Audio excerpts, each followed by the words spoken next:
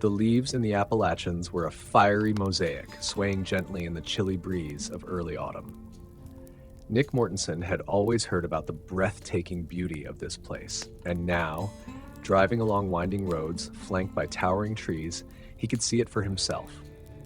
Beside him in the cab of his battered pickup truck sat Duke, his Labrador mix, staring out the window with his tongue lolling. Nick had rescued Duke from a shelter 3 years ago, and the two had been inseparable ever since. Nick wasn't a stranger to road trips. Growing up in Miami, he'd spent much of his free time either fixing cars or driving them. He loved the controlled chaos of the engine and the freedom the open road brought. Miami's tropical humidity seemed a world away now, replaced by the crispness of fall air that carried the faint scent of pine and decay. He'd planned this trip to escape the relentless pace of his job as a firefighter. The long nights and constant adrenaline were wearing him thin. He needed peace, solitude, and maybe a little adventure. But he couldn't have known the kind of adventure he was driving toward. By dusk, Nick had found a secluded campsite deep in the woods. The clearing was quiet, save for the rustle of leaves and the occasional distant hoot of an owl. He pitched his tent and got a fire going while Duke sniffed around the perimeter, wagging his tail as if this were just another night. Nick sat by the fire, chewing on a granola bar, his mind wandering to his family back in Miami. His father, a mechanic, had taught him everything he knew about cars. His mother, ever the worrier, had never understood his need for adventure. "You'll find trouble if you keep looking for it," she used to say. He chuckled at the memory. The weather had taken a turn. The breeze had picked up, and the skies were growing heavy with storm clouds. He knew it would rain soon, but he wasn't too concerned. His gear was waterproof, and he figured he'd ride out the storm snug in his tent. As darkness fell, Duke's behavior shifted. The dog became restless, his ears twitching at sounds Nick couldn't hear. He barked once, sharply, staring into the trees. Nick stood, peering into the blackness beyond the firelight. "What is it, boy?"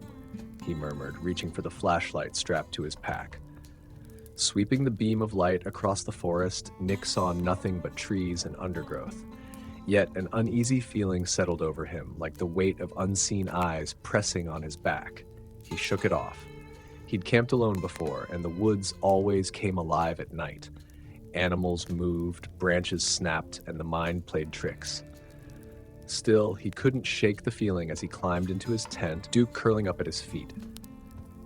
Sometime in the middle of the night, Nick woke with a start. Thunder growled in the distance, and rain pattered against the canvas of his tent. But it wasn't the storm that had roused him, it was Duke. The dog was growling low and deep, his body rigid as he stared at the tent flap. Nick grabbed his knife and unzipped the flap just enough to peer outside. The fire had dimmed to glowing embers, but in its faint light he saw something move. A shadow, tall and lean, gliding between the trees. He froze, his heart hammering. The figure was humanoid, but its movements were wrong. Too fluid, too silent. It stopped, and for a moment Nick thought it was staring right at him. Then it disappeared into the darkness. Nick zipped the tent shut and sat back, his mind racing. He'd seen something like this on a TV show about cryptids years ago, a creature called the Rougarou. The show had described it as a cunning predator capable of stalking its prey for days and warned against looking directly into its eyes, as it was said to have hypnotic powers. The next day passed in tense anticipation. Nick stayed close to the campsite, reluctant to venture far. Duke's unease hadn't diminished, and Nick could feel the weight of something unseen lingering in the air. That night, the creature came closer. It started with faint noises, branches snapping, leaves crunching. Then, as Nick sat by the fire, he caught glimpses of it in the flickering light. It was gaunt but powerful, its limbs unnaturally long. It moved with a predator's grace, circling the campsite like a wolf herding its prey. Nick clutched his knife, his other hand gripping the handle of a hatchet. Duke barked furiously, the sound echoing through the trees. The creature stopped, tilting its head in an eerily human gesture, before retreating into the shadows. Nick knew he couldn't stay. At first light, he packed up what he could and started toward his truck. The rain had turned the forest floor to mud, and progress was slow. Duke stayed close, his ears flat against his head. The creature didn't wait long to follow. It stayed just out of sight, its presence betrayed by the occasional rustle or snapped branch. Once, it darted across the trail ahead of them, its speed so unnatural that Nick barely registered the movement. When they finally reached the truck, Nick threw his gear into the bed and Duke into the passenger seat. He started the engine, the sound loud and jarring in the stillness. As he pulled onto the road, he glanced in the rearview mirror. For a split second, he saw it standing at the edge of the forest, watching him. Nick didn't stop driving until he reached the nearest town. He called his sister, his voice trembling as he recounted the events. She didn't believe him, of course, but she promised to let their parents know he was safe. He never went back to the Appalachians. Whatever was out there, he didn't want to know. And he never forgot the way the creature had looked at him, as if it were deciding whether to let him go.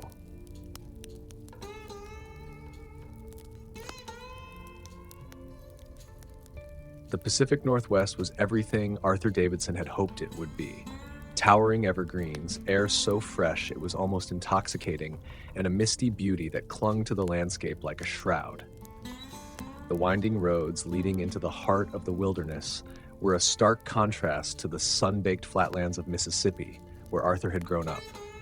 He liked to joke that he'd traded cicadas and magnolias for moss and mystery. Arthur wasn't alone on this trip. He'd come with 3 friends from his college days, Chris, Danielle, and Mateo. The 4 of them had planned this camping trip for months. It was meant to be a break from their chaotic lives. Chris was an overworked graphic designer, Danielle, a grad student buried in research, and Mateo, a contractor who hadn't taken a vacation in years. Then there was Arthur, a cook by trade, who had developed a side hobby of building custom computers. He was known for his precision, whether in seasoning a dish or assembling a gaming rig, and he'd brought along his dog, Bolt, a German Shepherd mix with a boundless curiosity that often got him into trouble. Their campsite was nestled deep in the forest, far from any marked trails. It had taken them hours to hike in, carrying supplies on their backs, but the payoff was worth it. The clearing was perfect, flat ground, plenty of firewood, and a crystal clear stream nearby. They spent their first evening setting up camp and swapping stories around the fire, the flickering flames casting long shadows against the trees. By the second day, the sense of isolation had deepened. The woods seemed to press in on them, the dense foliage muting every sound. Even the birdsong felt distant. Arthur couldn't shake a creeping unease, though he chalked it up to being so far from civilization. Bolt, however, seemed to sense something. He would perk up his ears and stare into the forest, his body tense. Arthur tried to reassure him, scratching behind his ears and murmuring, "It's just squirrels, buddy. Nothing to worry about."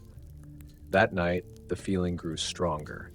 Snow wouldn't come to the Pacific Northwest in the summer, of course, but a chilling wind swept through the forest, biting even through their jackets.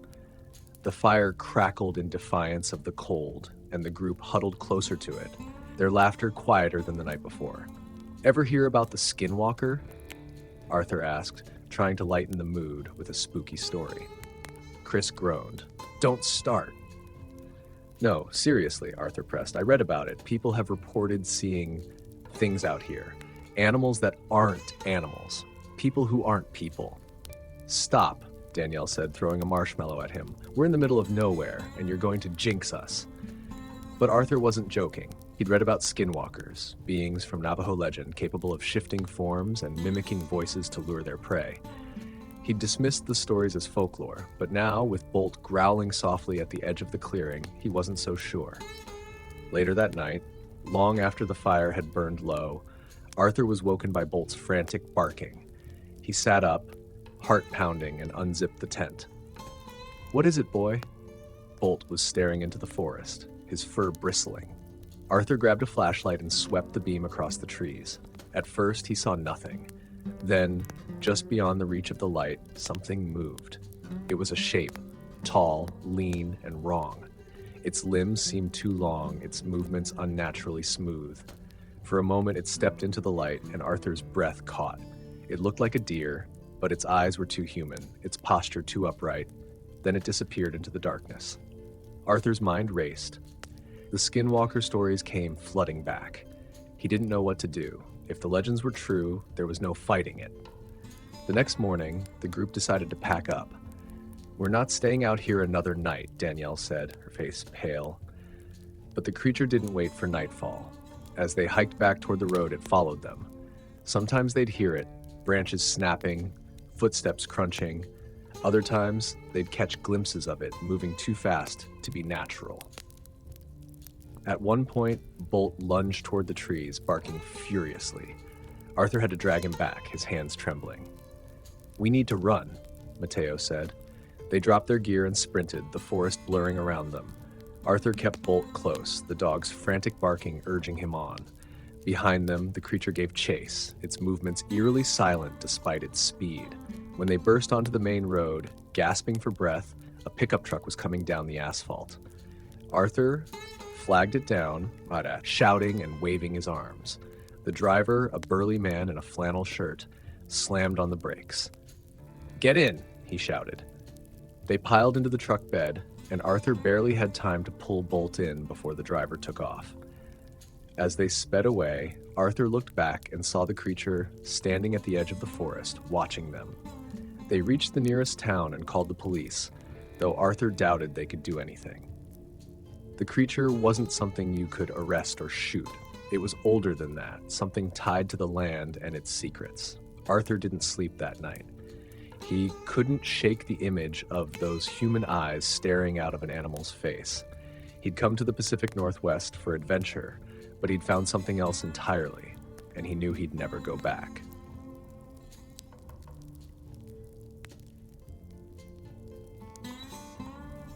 The rain began as a drizzle as we pulled into the gas station, a quiet, unassuming spot tucked along a winding road in the Ozark Mountains.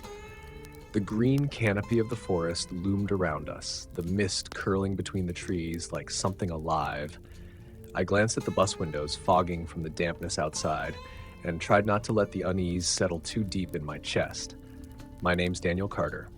I'm a park ranger from San Francisco, though you wouldn't guess it from looking at me. Most people think city life doesn't breed hunters, but the wilderness surrounding the Bay Area is full of opportunities if you know where to look. I'd spent weekends with my dad, tracking deer and learning the patience it takes to live in the woods. Maybe that's why I felt the first prick of unease before anyone else. The travel agency's trip was supposed to be a simple day hike through the Ozarks, a chance to experience the rugged beauty of the mountains. The group was a mix of couples, families, and solo travelers, all eager for the promise of fresh air and scenic views. We stopped at the gas station to stock up on snacks, stretch our legs, and wait out the rain. I stepped off the bus, pulling my hood up as the drizzle intensified. The air was thick, with the earthy scent of wet pine and soil. It reminded me of childhood mornings in the forest, calm but alive with the possibility of something unseen. Behind the gas station was a patch of trees that stretched into the wilderness. As I leaned against the side of the bus, sipping from a bottle of water, I caught a flicker of movement from the corner of my eye.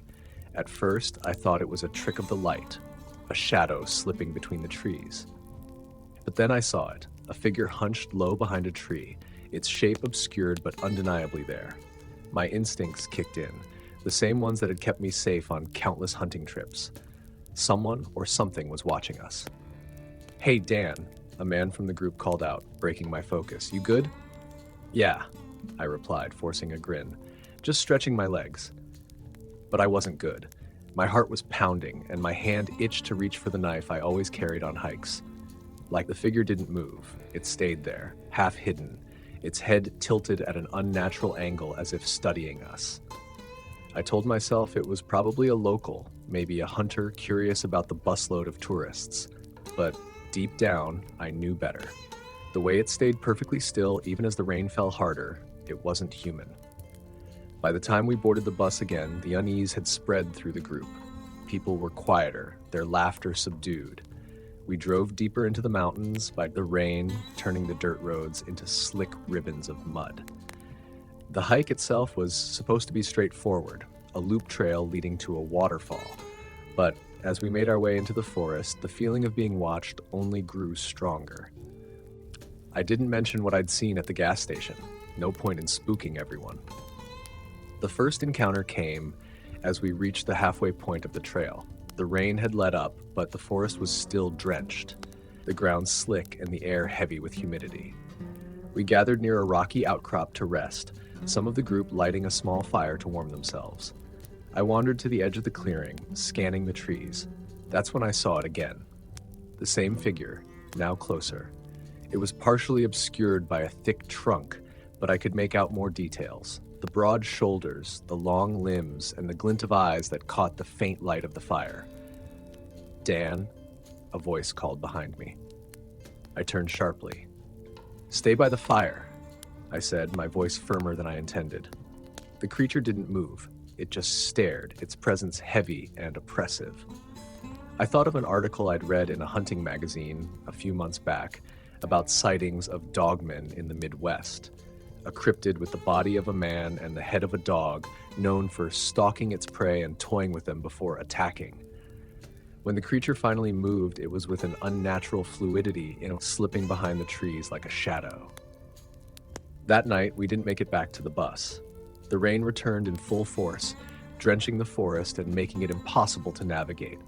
We built a fire to keep warm, though it did little to ease the tension. People whispered about the strange noises, branches snapping, footsteps that didn't belong to any of us. Around midnight, the creature made its move. It howled, a low, guttural sound that sent shivers down my spine. The group panicked, grabbing whatever they could as weapons. I held my knife tightly, scanning the darkness for any sign of movement. It darted into the firelight once, just long enough for me to see its face. The elongated snout, the sharp teeth, and those unblinking eyes. "Run!" I shouted. We abandoned the campfire, sprinting through the rain-soaked forest. The creature chased us, its footsteps unnervingly silent despite its size. A branch snapped near me, and I turned to see one of the group fall. I reached for them, but it was too late. The creature dragged them into the darkness, their screams echoing through the trees. By dawn, only 4 of us made it to the edge of the forest. The rain had stopped, and the main road was visible through the thinning trees. A small village lay beyond, its lights a beacon of safety. We stumbled into town, soaked and shivering. No one spoke about what had happened, not to the locals and not to each other. What could we say? That something inhuman had hunted us through the Ozarks? I'll never forget the look in its eyes. Intelligent, predatory, and far too human.